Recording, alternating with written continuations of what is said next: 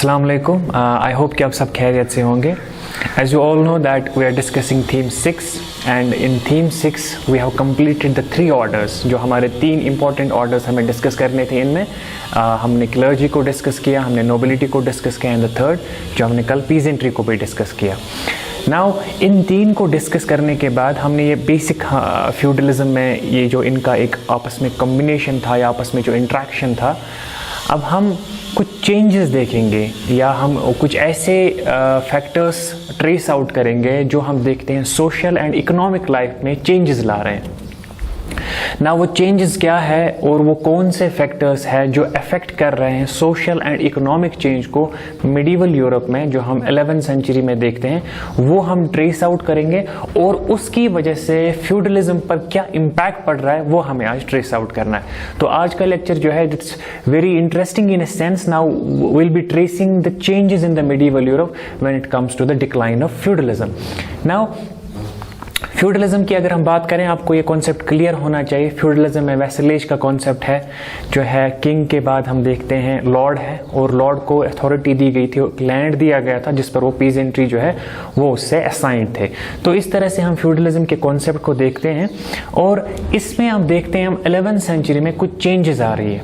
जो आज का हमारा टॉपिक है वो इसी से रिलेटेड है कि कौन सी ऐसी चेंजेस आई हैं 11th सेंचुरी में जो हम देखते हैं इस फ्यूडलिज्म में लेटर पीरियड में उसके डिक्लाइन का एक सबब बन जाता है, या ये सोशल एंड इकोनॉमिक रिलेशन में कौन से रीजंस रिस्पॉन्सिबल है जिसकी वजह से हम एक चेंज देखते हैं मिडिवल यूरोप में। Now let's trace out these changes one by one. Now सबसे पहली बात जो हम यहाँ पर करेंगे वो ये है कि जो ये factors affecting social and economic relation है, क्या ये तीनों में हम देखते हैं ये चेंजेस जो है ये तीनों में आ रही है? तो यहाँ पर जो इसका आंसर है वो ये है, जो पहले 2 ऑर्डर्स थे जो हमने डिस्कस किए, उनमें से जो किंगशिप थी या नोबिलिटी और क्लर्जी थे, वो वहाँ पर कुछ खास चेंजेस नहीं आ रहे थे। वहाँ पर जो है उनको बस जो है बैठकर उनको सब जो कमाने वाले थे उनको कमा कर दे रहे थे। वहाँ पर कोई चर्निंग नहीं हो रही थी, वहाँ पर कोई चेंज नहीं हो रही थी। अब अगर जो चेंज हो रही थी वो 3rd क्लास में हो रही थी। जो तीसरा हम देखते हैं ऑर्डर जो था, जो पीजेंट्री का क्लास था, वहाँ पर चेंज आ रही। और जो चेंजेस है ना, वहीं से हम देखते हैं ये जो वास्ट अमाउंट ऑफ पॉपुलेशन वो कॉन्स्टिट्यूट करते थे, वहीं से हम देखते हैं मेजर चेंजेस आ रही है। तो यहां हम देख रहे हैं सबसे पहले some of the changes were gradual like environment and some were more drastic. जो सडनली हम देखते हैं कुछ चेंजेस आ गए हैं जिसकी वजह से ये जो है इकोनॉमिक एंड सोशल सेटअप में चेंजेस आ रही है। तो ग्रेजुअल चेंजेस में हम इन्वायरमेंट में देखेंगे क्या चेंजेस आई है इन्वायरमेंट में, और हम जो ड्रास्टिक चेंजेस हैं या जो सडन चेंजेस आई है उनमें भी हम देखेंगे लैंड यूज का, एग्रीकल्चरल टेक्नोलॉजी का, वो हम इसमें ट्रेस आउट करने जा रहे हैं। Now when we talk about the agriculture, when we talk about the environmental changes, क्या environmental changes हो रही है? तो हमने एक टाइम पे इस चीज को डिस्कस किया था, जो हमारी जो अर्थ की जो एज है या हमारे अर्थ के जो डिफरेंट फेजेस हैं उसमें हमने एक जिसको हम आइस एज कहते हैं। जैसे हम पहले जो ये ग्लोब था ये बहुत ठंडा था, यहाँ पर जो है क्लाइमेटिक कंडीशंस जो है बहुत ज्यादा कोल्ड क्लाइमेटिक कंडीशंस थे। तो वहां पर उस टाइम पीरियड में या उन जगहों पर जहां पर ये ज्यादा होता था, वहां पर क्रॉप्स का ग्रो करना बहुत मुश्किल होता था। With the passage of time हम देखते हैं जो आइस एजेस है, हम देखते हैं इनमें जो चेंजेस आई है जिसकी वजह से ये हम क्रॉप्स को ग्रो करना जो है इजीली हमारे लिए पॉसिबल हो सका है। Now environment plays a very important and a vital role while we are discussing the agriculture production, क्योंकि environment की वजह से हम देखते हैं कुछ regions में production अच्छी होती है, not only with respect of agriculture but with other aspects also। जैसे आप कोई fruits देखते हो, यहाँ पर बहुत सारे fruits कश्मीर में हम देखते हैं नहीं उगते हैं। क्या रीजन है इसके पीछे?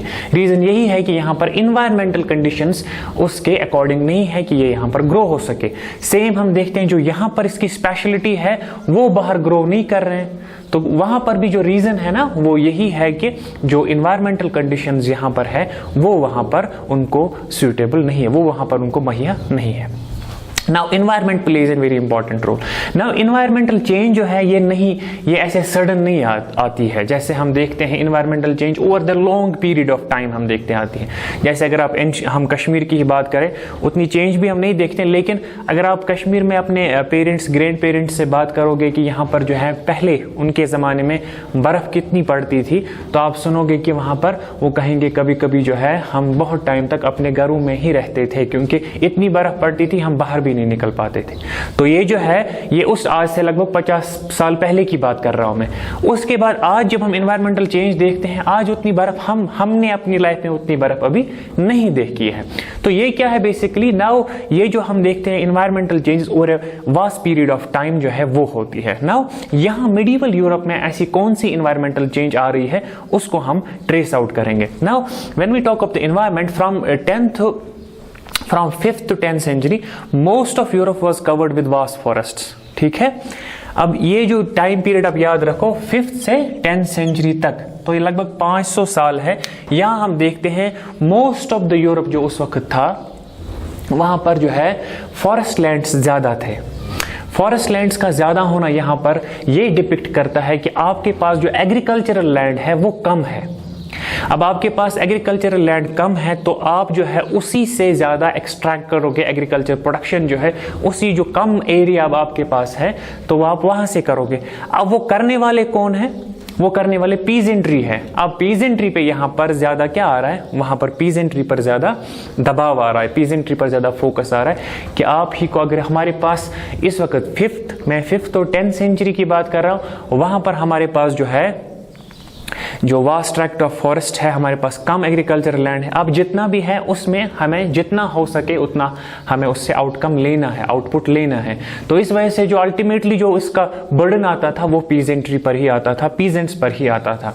तो ये हम देख रहे हैं यहाँ पर 5th to 10th सेंचुरी में हम देखते हैं यूरोप में ज्यादा वास्ट फॉरेस्ट्स थे, less agricultural land was available. तो ये हमने देखा कि ये जो एग्रीकल्चरल लैंड उस वक्त था वो कम था। Peasants flee from operation to refuge in forests. अब इस वजह से पीजेंट्स पर जब ऑपरेशन या ज्यादा इन पर वर्किंग आवर्स इन पर इम्पोज किए जाते थे तो ये कभी कभी इस ऑपरेशन से बचने के लिए, इस टायरनी से बचने के लिए ये अबैंडन करते थे अपने लैंड्स को। इनसे हम देखते हैं इन लैंड्स को छोड़ते थे और रिफ्यूज लेते थे या भागते थे। जो फॉरेस्ट लैंड्स होते थे उस टाइम पे तो वहां पर भागते थे। क्यों? बिकॉज वहां पर चेंजेस जो थी उस वक्त, जो वहां पर प्रोडक्शन की जो डिमांड थी वो फुलफिल नहीं हो रही थी। अब तो उस डिमांड को फुलफिल करने के लिए इन पर एक ऑपरेशन, इन पर एक हम कह सकते हैं एक डिमांड जाहिर की गई थी कि हमें ज्यादा प्रोडक्शन चाहिए, जो वो फुलफिल नहीं कर रहे थे। तो उन पर ज्यादा हम कहते हैं बर्डन था वर्किंग आवर्स का। तो इसके बाद हम देखते हैं ये पीरियड जो आपने देखा 5th to 10th सेंचुरी में, यही पीरियड रहा है 500 सालों में। इसी तरह से पीजेंट्स जो हैं काम करते रहे थे, कभी ज्यादा होता था वो भागते थे, उन पर फिर डिफरेंट पनिशमेंट्स दी जाती थी। Now with the passage of time हम देखते हैं इन 500 सालों के बाद हम देखते हैं 11th सेंचुरी में हम देखते हैं Europe entered a warm phase. ठीक है, अब यहां जब वार्म फेज वहां पर आ जाता तो डिफरेंट जो फील्ड्स थे वो उनके लिए अवेलेबल हो गए, या डिफरेंट क्रॉप्स जो थे जो उससे पहले उनके लिए उगाना नामुमकिन था, उनके लिए उगाना मुश्किल था, अब वो पॉसिबिलिटी यहां पर जाहिर हो रही है। किस वजह से? Because of the environmental changes. Because of the environmental changes now they are able to grow some different crops. ठीक है, या उनकी जो एग्रीकल्चर प्रोडक्टिविटी है वो अब बढ़ जाएगी, बिकॉज अब दूसरे लैंड्स जो है वो उनको फॉरेस्ट को साफ कर रहे हैं और वहां पर एग्रीकल्चर स्टार्ट कर रहे हैं। तो ये हम देख रहे हैं 11th सेंचुरी में वार्म फेज में ये चला जाता है। एवरेज टेम्परेचर इंक्रीज, जो एवरेज टेम्परेचर उस वक्त था वो उससे इंक्रीज हो गया और इसकी वजह से it had an profound impact on agriculture. तो ये जब ये एग्रीकल्चर पर एक प्रोफाउंड इम्पैक्ट रखता है तो उस वजह से क्या होता है, जो कल्टिवेबल लैंड था उसका जो लैंड था वो एक्सपैंड हो जाता है। तो इससे पहले अगर आपके पास कल्टिवेशन करने के लिए बस 10 कनाल्स फॉर एग्जांपल या 100 कनाल्स ही थे, अब आपके पास 500 कनाल्स अवेलेबल हो जाते हैं। अब आपके पास जो ये लैंड है उसकी कोई कमी नहीं है। और दूसरी जो चीज थी वो है वार्म कंडीशंस, उसकी वजह से डिफरेंट जो क्रॉप्स थे, now you are able to grow those different crops as well. तो यहां हम ये चेंज देख रहे हैं, इन्वायरमेंटल चेंज। तो आई होप कि आपको ये अंडरस्टैंड हुआ होगा। Environmental change was the first that affect the social and economic relation. अब ये सोशल एंड इकोनॉमिक रिलेशन किन के बीच में है? ये इन्हीं 3 ऑर्डर्स को ही हम डिस्कस कर रहे हैं। इन्हीं 3 ऑर्डर्स में जो the relationship between the clergy, nobility and the peasantry, इनमें जो सोशल एंड इकोनॉमिक चेंजेस आ रही हैं, उसमें सबसे पहला जो रीजन हम देख रहे हैं that is the environmental change. Okay, now let's move to the second important factor, जो यहां पर हम देखते हैं लैंड यूज। अब लैंड यूज में हम पहले तो थोड़ा डिस्कस करेंगे लैंड यूज में, जो इससे पहले लैंड को यूज किया जाता था और वहां पर किस तरह की टेक्नोलॉजी को यूज किया जाता था, वो हम सबसे पहले देखेंगे। लैंड यूज किस तरह से उस वक्त उसको किस तरह से इस्तेमाल में लाया जाता था और क्या टेक्नोलॉजीज उनके पास थी और कौन सा मेथड था जो क्रॉप ग्रोइंग में वो यूज करते थे, और उसके बाद कौन सी चेंजेस आई है इस लैंड यूज में, वो हम ट्रेस आउट करेंगे। एंड वन इंपॉर्टेंट थिंग, इसकी वजह से क्या इंपैक्ट पड़ा सोशल एंड इकोनॉमिक रिलेशंस पे, that will be discussing. Now सबसे पहले लैंड यूज की अगर हम बात करें, हम पहले ये देखते हैं कि इनिशियली एग्रीकल्चर वाज प्रिमिटिव। ये जो था एग्रीकल्चर जो है प्रिमिटिव कहते हैं, जो पुराने ज़माने में एग्रीकल्चर के तरीके होते थे या टूल्स जो यूज़ होते थे, वो उसी तरीके से हम देखते हैं initially agricultural technology was primitive. Likewise इन कश्मीर या इन इंडिया ऑल्सो, यहाँ पर भी हम देखते हैं जो सबसे पहले हम एग्रीकल्चर अगर हम ट्रेस आउट करेंगे किस तरह से एग्रीकल्चर करते थे, पहले हम देखते हैं प्लो एग्रीकल्चर जो है, या जो हाथ से ही एग्रीकल्चर को किया जाता था, जैसे वो डिफरेंट होज जो लेते थे उससे एग्रीकल्चर करते। तो सबसे पहले तो वो होता था जो हमारे पास टूल्स होते थे। लेटर पीरियड में हमने जो प्लो है जिसको हम अल्बोइन कहते हैं उसको यूज़ करना स्टार्ट किया, और उनको फिर they were drawn by the team of oxen. फिर हमने ऑक्सिस को यूज़ किया एग्रीकल्चर में। फिर with the passage of time जो है एग्रीकल्चर टेक्नोलॉजीज जो है उसमें इंप्रूवमेंट आ देगी, और आज हम देखते हैं मॉडर्न टेक्नोलॉजीज हैं जिसमें हम ट्रैक्टर्स देखते हैं, डिफरेंट जो इनोवेटिव नई मशीन्स आई हैं वो हम यूज़ करें एग्रीकल्चर में। तो ये over the period of time changes आती है। अब हम इनिशियल में देखते हैं एग्रीकल्चरल टेक्नोलॉजी यहाँ पर है ये प्रिमिटिव थी। अब ओनली एड अवेलेबल, अब उनके पास क्या था, now we are discussing Europe, medieval Europe की बात कर रहे हैं हम। उनके पास कौन सी टेक्नोलॉजी थी और किस तरह से वो क्रॉप्स को ग्रो कर रहे थे वो हम देख रहे हैं कि only aid available was wooden plough. तो वुडन प्लो जो है वो इनके पास था। आपने वुडन प्लो देखा यूजुअली, जिसको हम अल्बोइन कहते हैं, जो आज भी हम खेतों में यूज करते हैं ना, वो अब वो थोड़ा डिफरेंट टाइप का है, लेकिन जो वुडन का बना हुआ एक प्लो होता था जो वो यूज करते थे, जिसको फिर आगे खींचने वाले कौन होते थे, वो वहां पर टीम ऑफ ऑक्सन यूजुअली होते थे जो वहां पर करते थे। नाउ ये जो था इसकी वजह से हम देखते हैं इनमें ये जो एग्रीकल्चर तो होता था, ये प्रोडक्शन होती थी, लेकिन इसमें प्रोडक्शन कम होती थी। नाउ प्रोडक्शन क्यों कम होती थी, उसमें क्या देखते हैं हम, ये जो एग्रीकल्चर करते थे वुडन प्लो से, वो जमीन के ज्यादा नीचे नहीं जाता था। अब अगर मैं आपसे कहूं, जैसे अगर आप खुद से एग्रीकल्चर में आप जब किसी के घर में कोई ये होते हैं ऐसे ऑर्चर्ड्स होते हैं या ऐसा कोई गार्डन होता है, वहाँ पर वो कोई ऐसी क्रॉप ग्रो करते हैं, तो अगर आप वुडन कोई ऑब्जेक्ट उठाते हो और वहाँ से किसी चीज़ को वहाँ पर टिल करते हो, उसको खोदते हो ज़मीन को, it's quite difficult for you to till, है ना, it's quite difficult for you कि वहां पर आप कुछ उस वुडन चीज से आप किसी चीज को खोदो। तो यहां अगर आपके पास कोई आयरन का ऑब्जेक्ट होगा तो वो बहुत इजीली आप कर सकते हो। तो यहां पर जो है ये वुडन प्लो से बस क्या होता था, यहां पर it could best scratch the surface of the earth. ये जो सरफेस होती थी ऊपर की, बस उसी को स्क्रैच किया जाता था, वही स्क्रैच हो पाती थी इन ए सेंस। अगर ज्यादा नीचे चले जाते थे तो उसकी वजह से फिर वो टूट जाता था या वो नहीं उठा सकता था। तो इस वजह से जो ये प्रिमिटिव टेक्नोलॉजी थी, ये भी हम देखते हैं ये एग्रीकल्चर प्रोडक्शन में रुकावट बन रही थी। नाउ अभी हम क्या देख रहे हैं, अभी हम प्रिमिटिव टेक्नोलॉजीज देख रहे हैं कौन सी थी, उसके बाद हम न्यू एग्रीकल्चर क्योंकि जब तक ना हम तब तक अप्रिशिएट ही नहीं कर सकते, जब तक ना हमें अपना पास्ट जो हमने स्ट्रगल्स की है वो हमें पता ना हो, तो जब आप सक्सेस पाते हो तब आपको सक्सेस की कदर आती है, जब आपके पास वो स्ट्रगल्स भी साथ साथ होती है ना।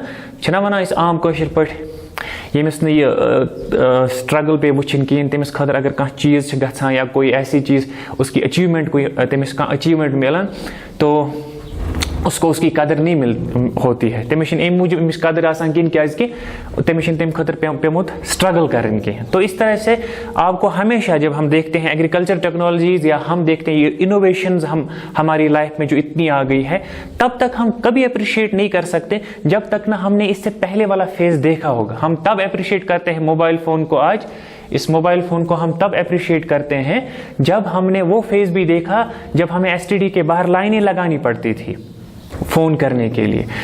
इस वजह से हम इसको अप्रिशिएट करते हैं क्योंकि हमने देखे हैं वो फेज़। अब अगर कोई बच्चा है जिसको पता ही नहीं है कि क्या होता था वो एसटीडीज़ के बाहर लाइनें लगाना, फिर वो कोई बात होती थी वो धीरे धीरे करना, वो एसटीडी वाला भी न सुन ले, तो ये सारी चीज़ें जो है ये तब कोई बच्चा अप्रिशिएट करेगा जब उसको पता होगा कि पास्ट में बेसिकली हुआ क्या है। नाउ तभी मैं आपको ये एग्रीकल्चर जो टेक्नोलॉजीज प्रिमिटिव थी उनके बारे में पहले बात करेंगे। After that we will discussing about the changes in that technology.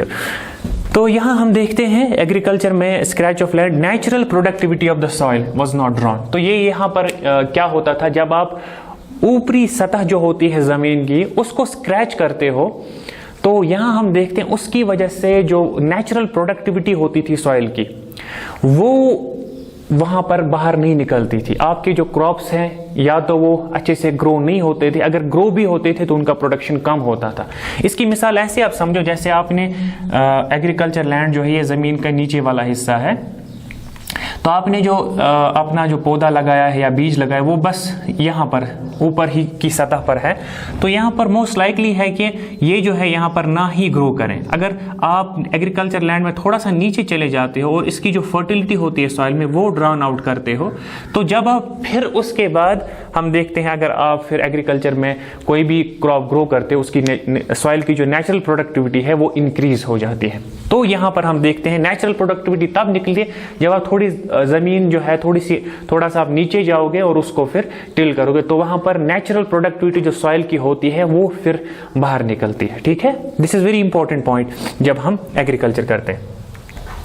Now इसकी वजह से क्या होता था, जब आपको हम देखते हैं एग्रीकल्चर बिकम लेबर इंटेंसिव, जो फील्ड्स थे वो हैंड, अब आपको क्या करना होता था जब आपके पास ये एक ही ऑब्जेक्ट जो है वुडन था तो आपको उससे आपको ज़्यादा ज़मीन के नीचे वो नहीं जा रहे थे, तो इस वजह से हम देखते हैं इनको फिर कभी कभी these lands were dug by hand, तो इनको हाथ से ही फिर उसको खोदना पड़ता था, टिल करना पड़ता था, तो ये लेबर इंटेंसिव बन गया था। तो यहाँ पर लोग बहुत ज़्यादा लगते थे। जब आप ऑक्शन से नहीं कर पा रहे हो तो आप किन से करा रहे हो, आप लोगों से करा रहे हो, जो आपके पास पीजेंट्री है उनसे करा रहे हो, तो उन पर भी लेबर इंटेंसिव जो है उन पर भी जो काम का जो बोझ है वो बढ़ जाता था। नाउ हम यहाँ पर एक और चीज देखते हैं, वो ये है कि ineffective method of crop rotation in use. अब ये क्रॉप रोटेशन क्या है ये मैं आपको जब हम इसमें जो है प्रॉपर इफेक्टिव क्रॉप रोटेशन इसमें आगे देखेंगे वहां पर मैं आपको बताऊंगा। यहाँ पर आप ये याद रखोगे क्रॉप रोटेशन में इनको उतना हम देखते हैं 2 फील्ड सिस्टम ये यूज करते थे। 2 फील्ड सिस्टम में यहाँ पर एक क्रॉप ग्रो करते थे, ठीक है, इसको फैलो, इसमें कुछ नहीं करते थे, दूसरे साल में इसको ग्रो करते थे और इसको छोड़ देते थे, इसी तरह से ये रिवर्स हो जाता था। लेकिन इसको हम कहते हैं this is 2 tyre crop rotation, इसको हम कहते हैं। तो यहां पर क्या होता था, यहां आप एक ही क्रॉप को जो लैंड पे आप ग्रो कर रहे हो, इसकी वजह से क्या होता था, नेचुरल प्रोडक्टिविटी जो होती है क्रॉप की वो एग्जॉस्ट हो जाती, वो डेप्लीट हो जाती थी। अब ये आपको कैसे आपको समझ आएगा कि ये नेचुरल प्रोडक्टिविटी कैसे डेप्लीट होती है। जैसे कोई क्रॉप है, जैसे हम पोटैटोज को लेंगे या ऑनियंस को लेंगे, पीस को लेंगे, किसी को भी लेंगे, हर एक जो है ये वेजिटेबल जो है अपने हिसाब से जो मिनरल्स होते हैं जमीन में अपने हिसाब से लेता है। अब पोटैटोज एक किस्म के मिनरल्स लेते हैं हैं और कोई दूसरा क्रॉप जो है उसके अपने कुछ मिनरल्स होते हैं वो वहां से ले लेते हैं। लेकिन अगर आप एक ही क्रॉप एक ही जमीन पर कंटिन्यूअसली ग्रो करोगे तो वो सारे मिनरल्स एक्सट्रैक्ट करके उस सॉइल की फर्टिलिटी को एग्जॉस्ट करता है। उस सॉइल को एग्जॉस्ट करने के बाद वहां पर फिर प्रोडक्शन बहुत कम होती है। अब अगर आप क्रॉप रोटेशन करते हो, वहां पर एक टाइम पे स्प्रिंग में आपने एक क्रॉप ग्रो किया, दूसरे ऑटम में आपने दूसरा क्रॉप ग्रो किया, तो इस वजह से आप जो क्रॉप रोटेशन कर रहे हो इसकी वजह से एक सॉइल जो है हेल्दी रहती है, वहां पर जो न्यूट्रिएंट्स होते हैं वो वहीं रहते हैं, सॉइल डिप्लीट नहीं होती। तो इससे पहले क्या था, इनइफेक्टिव क्रॉप रोटेशन थी। नाउ हम देखते हैं उसके बाद हम एग्रीकल्चर टेक्नोलॉजीज में देखते हैं वहां पर क्रॉप रोटेशन अच्छी हो जाती है। नाउ आई होप कि यह क्रॉप रोटेशन आपको क्लियर हुआ होगा। तो ये जो है इनइफेक्टिव होने की वजह से भी लॉर्ड्स हमेशा से इन पर प्रेस करते थे कि हमें प्रोडक्शन बहुत ज्यादा चाहिए। Now peasants resort to passive resistance, spend time on their lands, avoided unpaid extra services. तो यहाँ पर जब आप पर ज़्यादा ऑपरेशन हो रहा है, ज़्यादा आप क्या कर रहे हैं, आप पर जो हमेशा डिमांड जो है आप पर बहुत ज़्यादा है कि आप हमें ये जो है रेवेन्यू जनरेट करके दो, पीजेंट्री पर जो इस वक्त डिमांड थी, तो वो पैसिव रेजिस्टेंस में आ जाते हैं। एक तो होती है जनरल एक्टिव रेजिस्टेंस, दूसरी है पैसिव रेजिस्टेंस। अब पैसिव रेजिस्टेंस क्या है? पैसिव रेजिस्टेंस में आप क्या करते हो, यहां से डायरेक्टली कोई डायरेक्ट कन्फ्रंटेशन नहीं होती है। डायरेक्ट कन्फ्रंटेशन में आप उसके खिलाफ आर्म्स एम्यूनिशन वो नहीं उठाओगे, आप लड़ाई पे नहीं आओगे, बल्कि आप कोई दूसरे ऐसे, जिसको एक इंटरेस्टिंग टर्म्स है जिसको वेपन्स ऑफ द वीक कहते हैं, जो आपको लगता है कि मैं, जैसे आपकी कभी किसी से लड़ाई होगी, आपको लगेगा कि मैं इसको ऐसे जो है हरा नहीं सकूंगा अगर लड़ाई होगी, तो आप क्या करते हो, आप घर में से किसी को बोलते हो, आप इंस्टीट्यूट में किसी को बोलते हो, या कोई है अलग से कोई तरीका इख्तियार करते हो उससे कन्फ्रंटेशन करने का। तो पैसिव रेजिस्टेंस में बहुत सारे तरीके हैं। अब पीजेंट्स जो पैसिव रेजिस्टेंस में तरीका इख्तियार कर रहे थे वो ये था कि वो लैंड को अबंडन करते थे और भाग जाते थे वहां से, या दूसरा तरीका ये करते थे कि अपने जो उनके पर्सनल लैंड्स थे, जो मैंने कहा था डेट्स पे लिए हुए थे, वहां पर ज्यादा टाइम स्पेंड करते थे, वहां पर जो है वहां पर ज्यादा काम करते थे और यहां पर कम काम करते थे। और एक और चीज जो है वो आप रेजिस्ट कर रहे हैं, हम अनपेड लेबर जो आप हमसे ले रहे हो, चाहे डिगिंग है, इसी तरह से जो कल हमने वाइन प्रेस का देखा, या दूसरे जो काम है रोड्स बिल्डिंग्स का कंस्ट्रक्शन, वो हम नहीं करेंगे। अनपेड लेबर को भी यहाँ पर आप रिजेक्ट कर रहे हैं। नाउ ये आप चीजें आपने देखी है, इनिशियल प्रिमिटिव टेक्नोलॉजीज में कुछ प्रॉब्लम्स थी। Now will be tracing about the agriculture technologies. कौन सी एग्रीकल्चर टेक्नोलॉजीज आई हैं अब, जिसकी वजह से जो एंशिएंट प्रिमिटिव टेक्नोलॉजीज है वो चेंज हो रही है। अब वो जो चेंज होना है दैट अफेक्ट्स, मैं आपको बार बार इस टॉपिक की तरफ, मैं इसको बार बार इसकी तरफ रिलेट कर रहा हूं ताकि आप किसी भी जगह कंफ्यूज ना हो, that we are discussing the factors affecting the social and economic relations. अब कौन सी ऐसी एग्रीकल्चर टेक्नोलॉजीज आ रही हैं जिसकी वजह से हम देखते हैं चेंजेस आ रही है। Now let's discuss about the agriculture technologies, new agriculture technologies. फिर से मैं इसी डेट को ले रहा हूं, आप देख रहे हो ये जो डेट है ना, ये बहुत इंपॉर्टेंट है यूरोप की हिस्ट्री में। तो 11वीं सेंचुरी में बहुत सारी ऐसी चेंजेस आई हैं जिसकी वजह से हम देखते हैं यूरोप ने, हम देखते हैं वहीं से तरक्की स्टार्ट की है। तो पहले एग्रीकल्चर, वहां पर एग्रीकल्चर में वो एग्रीकल्चर रेवोल्यूशन होता है, उसके बाद हम देखते हैं इंडस्ट्रियल रेवोल्यूशन होता है। तो यूरोप जो आज हम देखते हैं हमसे बहुत आगे हैं, ये जो उनकी जर्नी है 11वीं सेंचुरी से ही स्टार्ट होती है। तो वहीं से वो जो है इसमें चेंजेस लाना स्टार्ट करते हैं। Now what were the agricultural changes, what were the technological changes which were made in the agriculture sector? Now we'll be discussing that. वहां पर हम देखते हैं 11th century में several new agriculture technologies happened. सबसे पहला जो हम देखते हैं, use of heavy iron tipped plugs and mold boards। तो ये सबसे पहली बात हम देखते हैं यहाँ पर हुई है। तो यहाँ जो सबसे पहले हमने यही देखा था कि ये जो प्रिमिटिव तरीकों में ये वुडन प्लो को यूज करते हैं, जो आम तरीके से करते हैं, जो जमीन के नीचे नहीं जा पाता था। अब इन्होंने जो है एग्रीकल्चर टेक्नोलॉजी में एक चेंज लाई है, वो इन्होंने क्या लाया है, हैवी आयरन टिप प्लग्स। तो ये आप यहाँ पर देख रहे हो, जो आयरन टिप जो यहाँ पर आप देख रहे हो, जो इसकी टिप है वो आयरन की बनी हुई है। इस वजह से जमीन के नीचे जा पाता था और वो जो है लैंड जो है आसानी के साथ उसकी जो नेचुरल प्रोडक्टिविटी है वो बाहर आती थी। इस वजह से क्या होता था, इस वजह से जो जमीन की प्रोडक्टिविटी है बढ़ जाती थी। तो एक पहली जो है एग्रीकल्चर टेक्नोलॉजी में प्लो में जो चेंजेस आई है वो हम देख रहे हैं, हैवी आयरन टिप प्लग्स।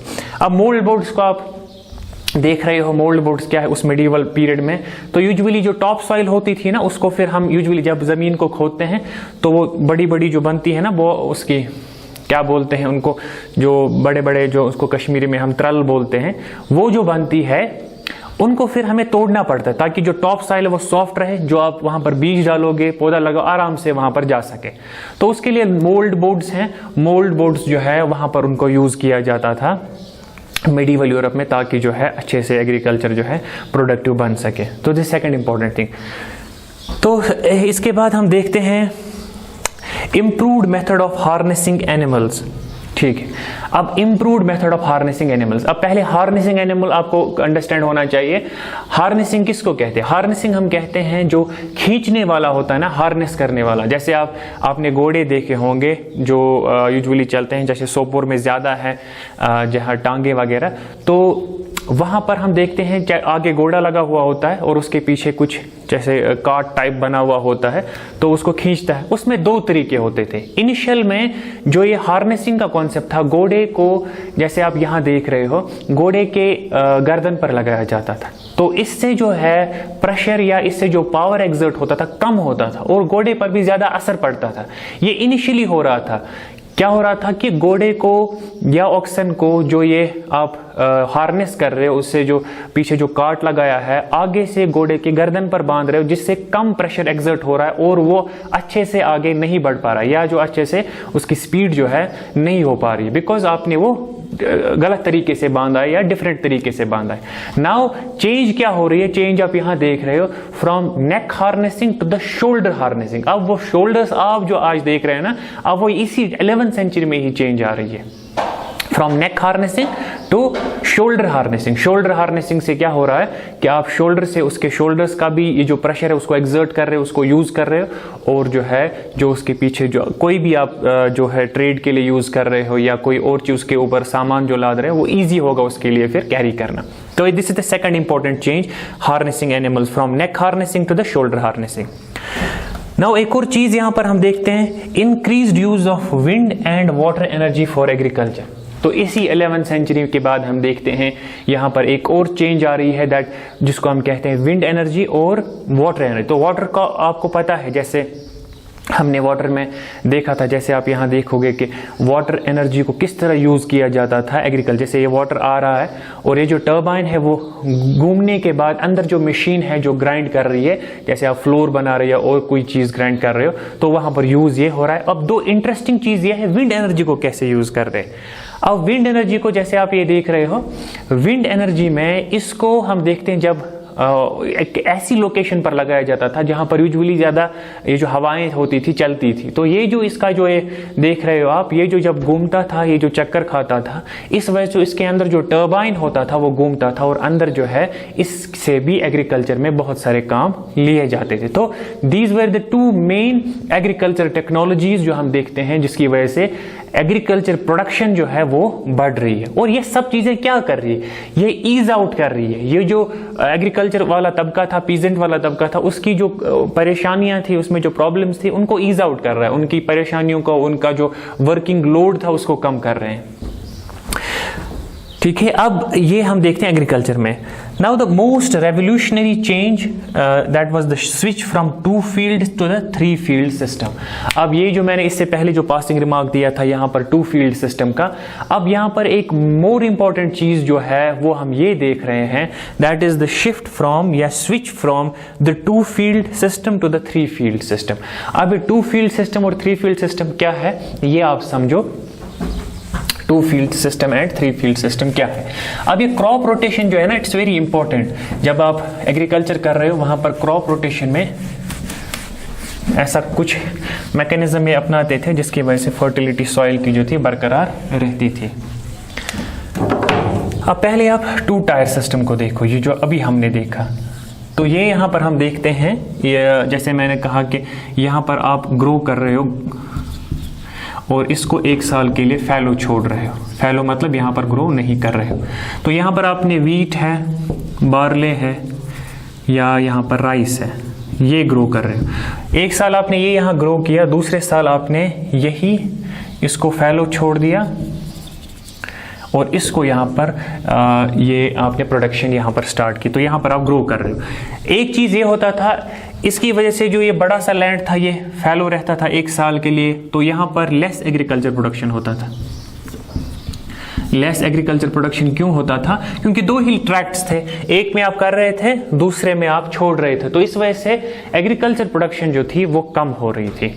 दूसरा यहाँ पर क्या था, एक ही क्रॉप आप ग्रो कर रहे हो ना, यही क्रॉप आप यहाँ पर भी आप ग्रो करें स्प्रिंग या ऑटम में, तो यही क्रॉप यहाँ पर दूसरी प्रॉब्लम हो रही है वो है डेप्लीट्स, ये सॉइल को डेप्लीट कर रहा था, ठीक है, ये डेप्लीट सॉइल, और उसमें हम देखते हैं इसके जो न्यूट्रिएंट्स होते थे वो खत्म हो जा रहे थे सॉइल में, जो न्यूट्रिएंट्स को खत्म कर रहा था। तो एक ही क्रॉप एक ही जगह पर कंटिन्यूअसली आप ग्रो करोगे तो उससे सॉइल की जो फर्टिलिटी है वो कम होती है और जो वहां पर न्यूट्रिएंट्स है वो भी कम हो जाते हैं। Now there is a shift from, this is known as the 2 field system